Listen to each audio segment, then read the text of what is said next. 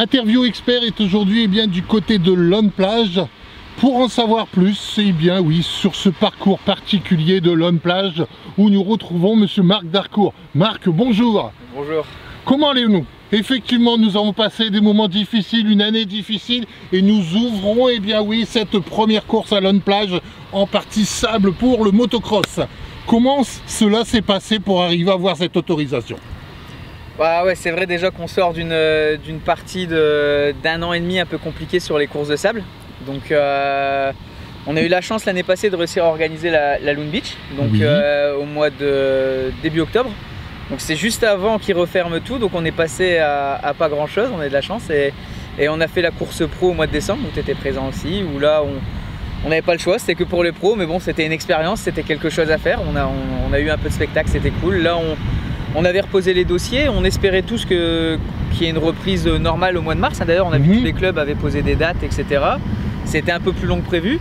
Là on passe, ça fait déjà un mois maintenant que ça a repris avec des restrictions un peu pas forcément évidentes, avec le public qui doit être assis notamment, moins de 1000 personnes, donc je pense notamment aux clubs qui ont besoin, j'en ai besoin aussi, mais qui ont encore plus besoin des billetteries, des friteries, etc. Où c'est pas évident. Là c'est simple, j'avais fait un dossier à huis clos fin mars, quand on doit déposer le dossier. Donc j'ai eu l'autorisation fin mai, comme quoi ils étaient ok pour le huis clos. On a dit écoutez, comme les mesures évoluent, peut-on avoir un peu de public?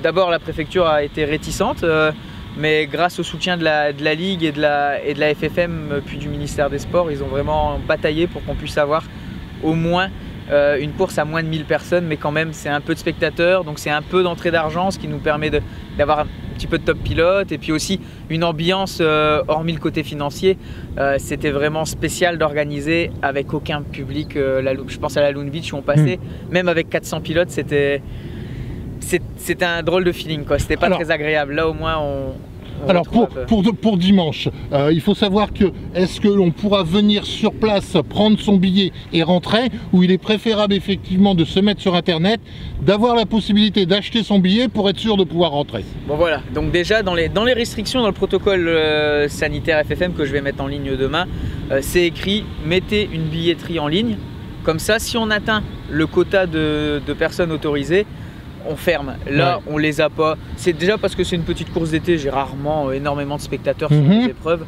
Là on est à, je crois que pour être honnête, sur le site Hello Asso on doit être à 250 tickets, quelque chose comme ça.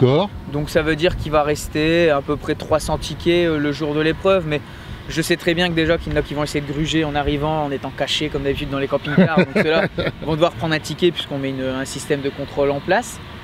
Et puis aussi les gens qui ne sont pas forcément au courant, c'est vrai que maintenant j'échange beaucoup via Facebook. Il n'y a pas forcément tout le monde qui va dessus, c'est pas un avantage. Après j'envoie un maximum d'infos via Engage Sport, mais il y en a qui ont d'autres adresses mail, etc. Tout le monde n'a pas forcément l'information. Là effectivement, aller sur la billetterie, c'est plus facile pour nous. On sait exactement combien de personnes on a. Ça montre qu'on est rigoureux auprès de la préfecture aussi pour tous les événements, pas seulement le mien, mais je pense que moi si ça se passe mal ça peut avoir des répercussions sur les autres, tout comme si les autres ça se passe mal ça a des répercussions sur moi, donc c'est vraiment tous les clubs ensemble là-dessus pour essayer d'être carré. Donc il y aura de la place sur place, mais une fois qu'on a atteint les 1000 personnes sur site, on ferme. Ok, d'accord. Bon, on va parler effectivement de cette course. Lone Plage est un site reconnu, c'est une piste reconnue au niveau sable, que ce soit dans la région, au niveau national, voire également international. Ça va se proposer en 3 éléments. Dans un premier temps, le vintage. C'est ça. Bon, on a mis en place le vintage maintenant depuis 2 ans.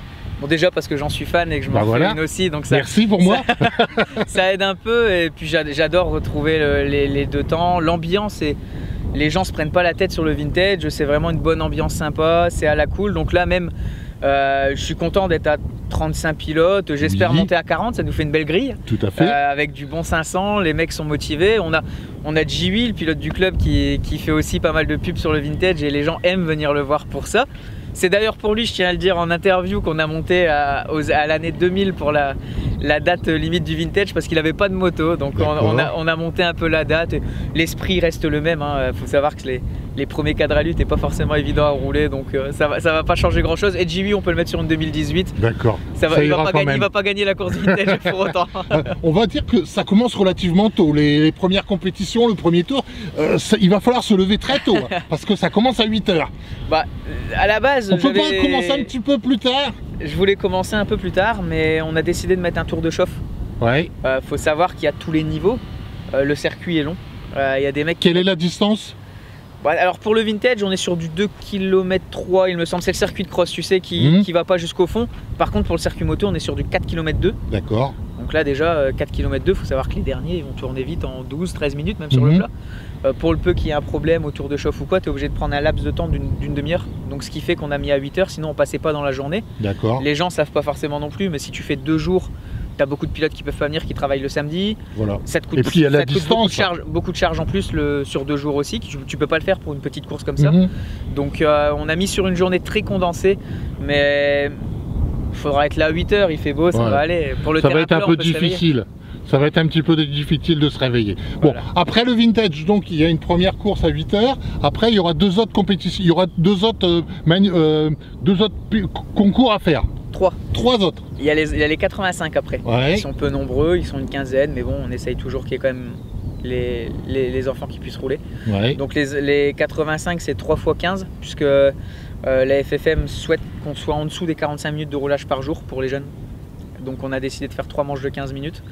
Ensuite on enquille avec effectivement 1 heure moto. Donc déjà le tour de chauffe, on est à 140 inscrits là. Donc tu es obligé de les envoyer un par un, faire attention, les remettre en grille. Ceux qui font le plein entre deux, la demi-heure elle est vite bouffée. Justement au niveau de la grille, on va en parler parce que ça sera un petit peu particulier cette année. On va faire un petit peu comme les 24 heures du Mans Moto. Ça s'appelle un départ Le Mans. Donc ça sera un départ type Le Mans effectivement, où ils seront, on est à côté de la grille, là ils partent. On a mis en place le prépare, que les gens seront à 18 mètres de leur moto exactement, on a mesuré, et ils devront courir jusqu'à leur moto au coup de sifflet. Donc c'est un départ dont ils ont l'habitude, on a déjà fait 2 éditions de la Ultimate où c'est comme ça, parce que déjà c'est spectaculaire. C'est différent, les gens aiment, c'est spectaculaire. Et surtout, d'un point de vue sécurité, ça évite le premier gros bouchon où tout le monde arrive à bloc en même temps. Quand même, ça dilue vachement. Là, cette année, ce qu'on fera, la dernière fois, il y avait un peu de triche, les gens qui démarraient la moto avant avec le démarreur, etc. Donc là, ça sera un départ moteur allumé. On essaiera de faire le plus vite possible, que les motos n'aient pas le temps de chauffer. Donc leur mécano tient la moto, départ allumé, et voilà, c'est parti. Ok. Justement, au niveau, vous m'en parliez du mécano, on a le droit, chaque pilote a le droit à combien? Alors un pass, c'est vrai qu'on est habitué à en donner 2, mais bon, restrictions sanitaires obligent, on a reçu l'ordre par la préfecture de respecter le 1 pilote, 1 accompagnateur pour limiter le nombre de personnes sur site. Donc après la billetterie reste ouverte pour eux, je l'ai indiqué sur Engage Sport, ils sont au courant. Après on a aussi l'avantage que ce soit 1 heure. Beaucoup ont des gros réservoirs pour les courses de sable et vont même pas ravitailler, c'est ceux qui veulent boire un coup ou s'amuser. Mais donc boire une bière quoi. Voilà, c'est ça, mais sans alcool. Oui, tout à fait. Et puis bon, on va parler effectivement de cette course au niveau de la 3e, effectivement le 4e élément. Au niveau des pilotes, nous avons effectivement quelques grands pilotes qui seront présents. Oui, c'est grand pilote et puis d'une autre discipline, donc ça c'est toujours marrant. On a Cédric Soubeyras, donc on va dire en tête d'affiche, parce que c'est le plus présent sur les réseaux sociaux, c'est aussi le plus sympa je pense. Comment vous l'avez contacté? Je sais plus, on se parle de temps en temps. J'ai dû lui dire, je sais plus si je lui ai dit qu'il y avait cette course là ou s'il l'a vu. Il m'a dit ça tombe bien, j'ai ma geste que pour l'élite 2 semaines après, ça me fait mettre les roues dans le sable. Il aime bien venir voir aussi ses fans du Nord qui voient pas souvent, donc il arrive ce soir pour tester un peu la moto demain, parce que je pense qu'il n'a pas fait beaucoup de sable entre le Supercross US et les quelques courses de terre. Donc on a Cédric, on a Petar Petrov qui m'avait envoyé un message aussi, qui souhaitait venir. C'est assez cool parce que lui il a le Grand Prix d'Angleterre la semaine prochaine. Ils ont besoin de rouler en intensité course, donc c'est vrai que c'est pas du tout le même terrain que Mater-les-Bassines ni les mecs. Ça sera un entraînement, mais ça met en intensité de course avec des pilotes qui mettent un peu de gaz, parce que ça c'est nos 2 pilotes, on va dire étrangers presque, pas de la discipline. Ils auront fort à faire avec Jérémy Auquier qui est quand même très en forme. On l'a vu à la dernière course au mois de décembre où il a impressionné du monde. Je pense que même eux sont au courant qu'il sera certainement un ton au-dessus et ça les forcera à élever le niveau, donc c'est intéressant. On aura effectivement des pilotes tels que Camille. Camille n'est pas là parce qu'il s'est fait opérer du genou, je pense que tout le monde l'a vu sur les réseaux, il est très actif. il y a 2 mois et demi. C'était un bon rétablissement. Voilà, son père sera là avec la structure d'accord, Eric. Motorsport. Voilà. Donc Camille ne pourra pas rouler, mais on a quand même des outsiders de luxe pour le sable avec Stéphane Wattel qui met du gros gaz aussi et qui est aussi pilote shot, donc c'est bien par rapport à notre main partner. Et on a aussi des jeunes aux dents longues comme Valentin Madolo ou Enzo Levrault qui roulent vraiment bien aussi. Bon, on se retrouve donc dimanche, la préparation donc pour les motos, la partie technique, puisqu'il y aura bien sûr une préparation technique avec un contrôle. Ce sera le samedi à partir de 14 h à peu près. C'est ça, à partir de 15 h, contrôle technique, 15 h 18 h pour la moto et aussi le contrôle technique et administratif. Et puis après le dimanche matin, parce qu'on a quand même beaucoup de monde qui ont beaucoup de routes ou qui travaillent le samedi, j'ouvre à partir de 6 h 30 pour faire les administratifs très tôt. Le cas échéant, effectivement, on pourra effectivement dormir sur place pour être là à 8 h pour faire le vintage. C'est ça. Ouais. Marc, je vous remercie particulièrement. Merci d'avoir fait effectivement cette course pour, entre guillemets, rouvrir la partie sable, même si elle ne fait pas partie de la grande lignée de la ronde des sables, entre guillemets. Malheureusement, peut-être que cela viendra par la suite. Mais en attendant, eh bien, merci pour ce que vous faites pour les pilotes et merci pour la région. Merci Marc. Merci, à ce week-end.